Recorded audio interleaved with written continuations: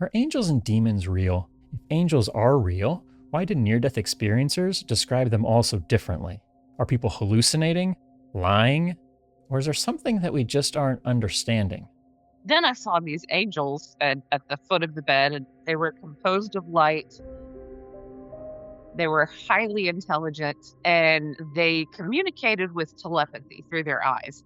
The first experience upon getting into that space was meeting what I deem my guardian angels. And they were orbs, very specific colors. They were gemstone colors, a ruby, amethyst, and an emerald.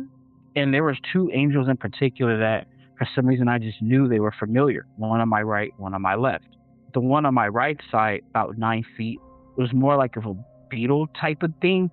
And it had so much light I couldn't really see. I had to do that because it was beaming with so much light. And then I look at my right side. This angel was more human than anything with wings.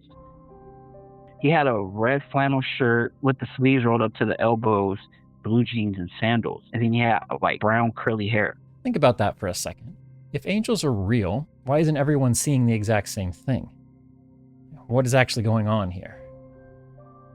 Well, the answer to these questions were uncovered in Paris in the mid-1800s by a man named Allan Kardec. Allan Kardec was a respected French educator and a man of science. To see if the spirit world operated by logical rules, he conducted a massive worldwide study. He sent the exact same list of questions to dozens of different mediums in many different countries. These are people who didn't know each other and they spoke different languages. When spirits in Paris, London, and New York all gave the exact same answers, he knew he must have found a universal truth. He compiled those matching answers into what we now know as the Spirit's Book. Instead of relying on blind faith, it provides a rational, almost mathematical explanation for why we are here and how we progress as souls. It's basically a student handbook for your soul. Handbook for the recently diseased. Deceased. And today, we're going to use this handbook to look at the real truth behind angels and demons. But we can't truly understand what they are until we answer one basic question. What even is a spirit? First, let's look at what the book says about their shape. Do spirits have a fixed form? To your eyes, no. To ours, yes. You might say they resemble a flame, a glowing light, or an ethereal spark. Does this flame or spark have a color? It varies, appearing anywhere from a deep ruby red to a bright, dazzling light, depending on the spirit's level of purity. But wait, if their natural form is just a glowing spark or an orb, how on earth did Chris Batts see a 9-foot beetle or an angel wearing a red flannel shirt and blue jeans? That has to be a hallucination, right? Let's see how the book solves this mystery. Does a spirit have any covering, or is it uncovered? A spirit is surrounded by a substance that might seem like a light mist to you, but it feels more solid to us. Still, it's light enough for the spirit to move freely through the air and travel wherever it wishes. Just as a seed is enclosed within a protective outer layer, a spirit is surrounded by a subtle outer layer known as the spirit body. Does a spirit's semi-material outer layer have a specific form, and can it be seen? Yes, it has a form that the spirit can choose. That's how spirits sometimes appear to you in dreams or while awake. They can also take on a visible or tangible form when they want. Okay, so if a spirit wants to make a near-death experiencer feel totally safe and comfortable, it can literally choose to look however it thinks will make the person feel the most comfortable. So if people expect to see an angel with wings, they'll likely see an angel with wings. If someone isn't religious, but they have a thing for beetles or the brawny man, maybe they'll show up in red flannel. That makes sense. I want to make it very clear to anybody, I'm not religious. I don't do religion. I just can't. It messed me up too bad. And now that we know that spirits can shapeshift and present themselves however they want, that still doesn't answer the question of, are angels a special species? Before we answer that, we have to first do a very short recap from my last video. In my last video, we looked into the different levels of spiritual evolution. We learned that we all start at the bottom as imperfect spirits, and we slowly progress up to good spirits, and then eventually pure spirits. Our growth happens over many different lifetimes by growing in two major ways: knowledge and morality. The more we learn and the better we treat others, the faster we progress. If you missed that video breaking down the whole pyramid system, you can check it out right here. According to the book, a pure spirit is a soul that has completely advanced through all of the levels. This means they are full of wisdom and they have completely freed themselves of all negative qualities, like anger, pride, jealousy, and selfishness. And now they are totally selfless, loving, and kind. You see, heaven isn't great because it's a tropical paradise or they have the best food or streaming apps. It's great because every soul there is full of love and kindness.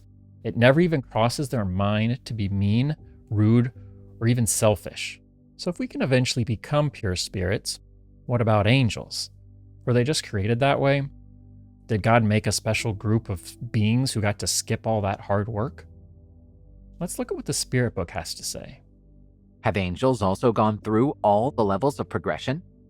Yes, they have. But as we've mentioned before, some fulfilled their mission without complaining and reached perfection faster. Others took longer, depending on their choices. Okay, but why does almost every religion on Earth believe that angels were created perfect from the start? You need to remember that your world hasn't existed forever. Long before it came to be, there were already spirits who had reached the highest levels of perfection. Because of this, people assume these spirits were created perfect. But that's not the case. Okay, so we've determined angels are simply highly advanced spirits. But what about demons? When people have scary, hellish, near-death experiences, they often talk about terrifying entities doing all kinds of horrible things to them. For thousands of years, religion has said that God created hell with demons, where bad people are tortured forever. But would a loving God have a torture basement? I hope and pray that nobody ever goes through what I went through, because I have never told anyone what really happened and what it was like for me. It was really bad. Really, really bad. To understand what is actually happening, we need to look back at the very bottom of our spiritual pyramid from my last video. Remember those imperfect spirits? We talked about how souls at this low level are full of negative qualities like selfishness, anger, jealousy, pride, and envy. Keep that in mind as we see what the Spirit Book says about demons. Are there demons in the traditional sense of the word? If demons existed, they would still be creations of God. But would a loving God create beings destined to be evil forever? The word demon today usually means an evil spirit, but the original Greek word daimon meant a spirit or intelligence, good or bad. It didn't focus only on evil beings. If we think of demons as purely evil creatures, they would still have to be part of God's creation. But since God is completely just and good, God wouldn't create beings destined to be evil forever or condemned for eternity. If God didn't create demons, they would have to exist independently of God, which would mean there are multiple supreme powers in the universe. And that doesn't make sense. The first rule for any belief system is that it must make sense. The idea of demons, and the way people often think of them, doesn't meet this rule. In ancient cultures that didn't understand the true nature of God, it's easy to see why they believed in evil spirits or gods alongside good ones. But if we believe that God is supremely good, it doesn't make sense that God would create beings destined to be evil forever. That would go against the idea of God's goodness. So what we think of as demons are really just very mean, imperfect spirits at the absolute bottom of the spiritual pyramid. They're the bullies of the spiritual world. And the only thing that makes hell bad is the people there. God doesn't make hell bad. If they were nicer to each other, it'd be a lot more pleasant down there than it is. But will they stay that way forever? Do some spirits stay in the lower levels forever? No. All spirits will eventually reach perfection. Some take longer than others, but they all change and grow over time. A fair and loving parent wouldn't abandon their children forever. Do you think God, who is kind, fair, and good, could be less forgiving than humans? I know what some of you might be thinking. Well, what about all those stories in the Bible where Jesus is literally casting out demons? What about those, Mr. Internet YouTube guy? Well, the book has an answer for that too. What about the stories in the Bible about casting out demons? Are those real? It depends on how you interpret it. If demon means an evil spirit controlling someone, then yes. When you stop their influence, they've been cast out. If someone's illness was blamed on a demon, curing the sickness would seem like getting rid of the demon. The truth depends on how you understand the words. Some things sound ridiculous when you only look at the surface, but they make sense when you see them as symbolic. Keep this in mind. It applies to many things in life. Some people point to Christ's words as proof that demons exist. While we completely respect Christ's teachings, can we know what he meant by demons? We know that Jesus often used allegories, stories, or images with deeper meanings to help people understand his message. Should we take everything in the gospel literally? For example, Jesus said, "The sun will be darkened, the moon will not give its light, and the stars will fall from the sky. Truly, I tell you, this generation will not pass away until all these things have happened." We know these words weren't literal.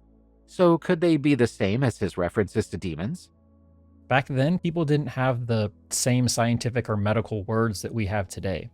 So they used flowery, dramatic language to describe what they were experiencing. And honestly, we still do the exact same thing today. If you have a terrible day at work, you might tell your friends, "Work was absolute hell this week.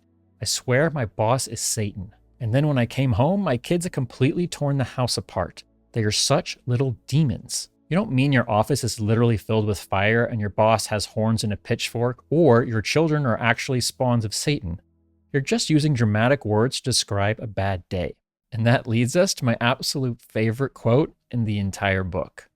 What you call demons can be found in less advanced worlds like yours.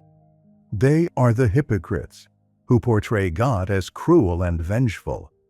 They believe they honor God through harmful acts committed in God's name. That really changes how you see some people. This reminds me of a question someone asked in the comments of my last video. They asked, what about someone truly evil like Hitler? Could a soul like that become a pure spirit? Let's see how the book threads this needle. Will spirits who choose the path of evil still be able to reach the same level as good spirits? Yes, but it will take them much longer. Can a spirit's suffering last forever? It would only last forever if the spirit never chose to change or improve itself. But God doesn't create beings doomed to be evil forever. All spirits start simple and unaware, and are meant to grow and progress at their own pace. Some take longer than others, just like some kids learn faster than others.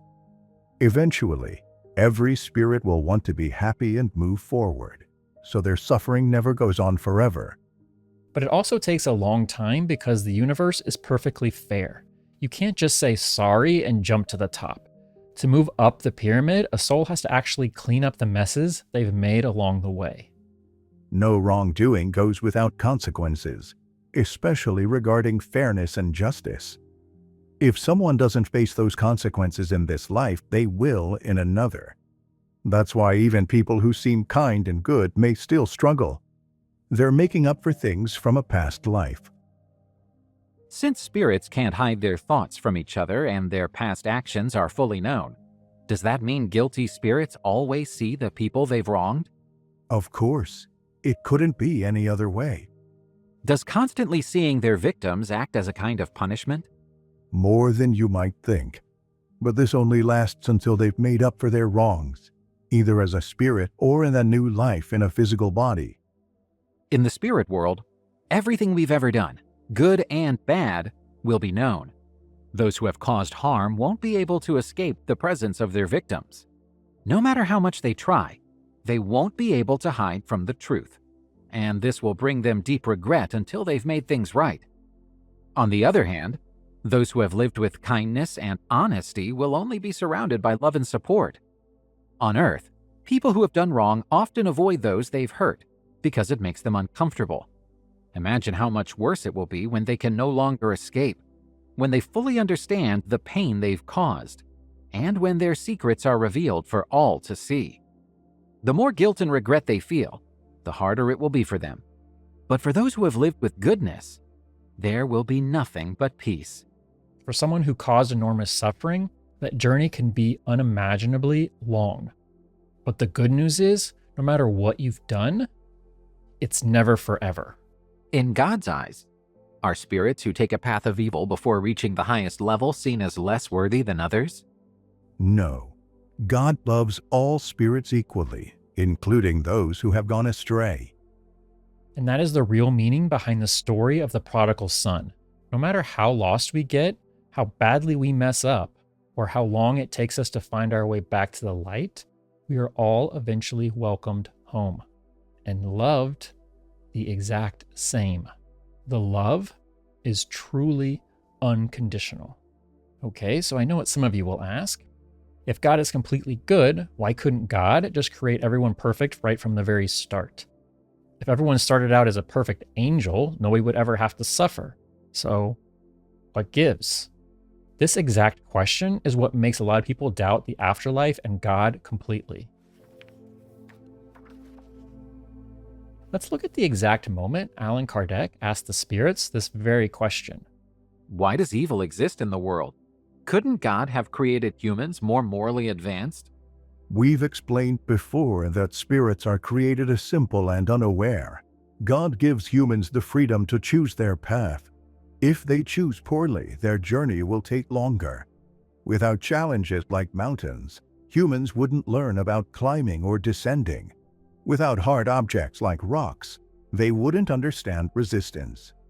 To grow, a spirit must gain experience, which requires understanding both good and evil. That's why spirits unite with physical bodies. Think about how mind-blowing that is. The spirits are saying that the hard times we face on Earth aren't here because the universe is broken or God is mean. Without the rocks and obstacles of life, our souls could never gain the strength or experience they need to grow. Because at the end of the day, you can't enjoy the view from the top of a mountain if there is no mountain to climb. Okay, hold on. The book says we have to understand both good and evil to grow. Does that mean we actually have to do terrible things just to move up? Do you have to spend time being cruel before you can become loving and nice? Let's see. Do all spirits have to experience evil to become good? Not evil, but ignorance. Why do some spirits choose to do good while others choose to be evil? Spirits have free will, just like you do. God doesn't create spirits to be evil. They are created simple and without knowledge, capable of choosing good or evil. Those who do evil have made that choice themselves. Why does God allow spirits to choose evil? It's not for us to question God's decisions, as God's wisdom is beyond our understanding. Think of it this way. God gave every spirit the freedom to choose its own path. This freedom allows spirits to earn the reward for their own choices and actions. Could God let spirits skip the trials they need to become perfect? If spirits were created perfect from the start, they wouldn't deserve the rewards of that perfection. The struggle is what gives value to their achievements. Also, the differences between spirits at different levels help them grow and serve important roles in the universe, which God has designed to work in perfect harmony. In life, not everyone starts at the top. For example, soldiers don't instantly become generals, entry-level workers don't start as supervisors, and students don't begin as professors. The difference with spirits is that their journey has no limits. Every spirit has the opportunity to reach the highest level someday. We all start out completely equal, as blank slates. God doesn't make anyone naturally good or bad. We use our free will to choose how we want to learn. You can choose the easy way, like a child who listens when they're told not to touch a hot stove, or you can choose the hard way by touching the hot stove and getting burned. In the universe, pain isn't a punishment. It's a teacher. A teacher telling you to stop doing that thing that's causing you to suffer. When you look at it that way, everything changes. The Spirits book gives us this incredible logical blueprint to make sense of the afterlife. But honestly, we're really just scratching the surface today of what's in there. There's still so much more to discover about how the universe works and what happens when we finally cross over. But don't just take my word for it. I highly recommend that you check out the Spirits book for yourself. It has completely changed how I look at everything. If you want to read it or listen to it, I'll put links to it in the video description. Now, this is the 9th video in my series on the Spirits book. If you're new here, I highly recommend checking out this video where I break down why this book is so incredibly important and worth paying attention to. If you want a playlist with all the videos I've made about the book, you can just click right here. Thank you so much for watching, and I'll see you in the next video. Bye-bye.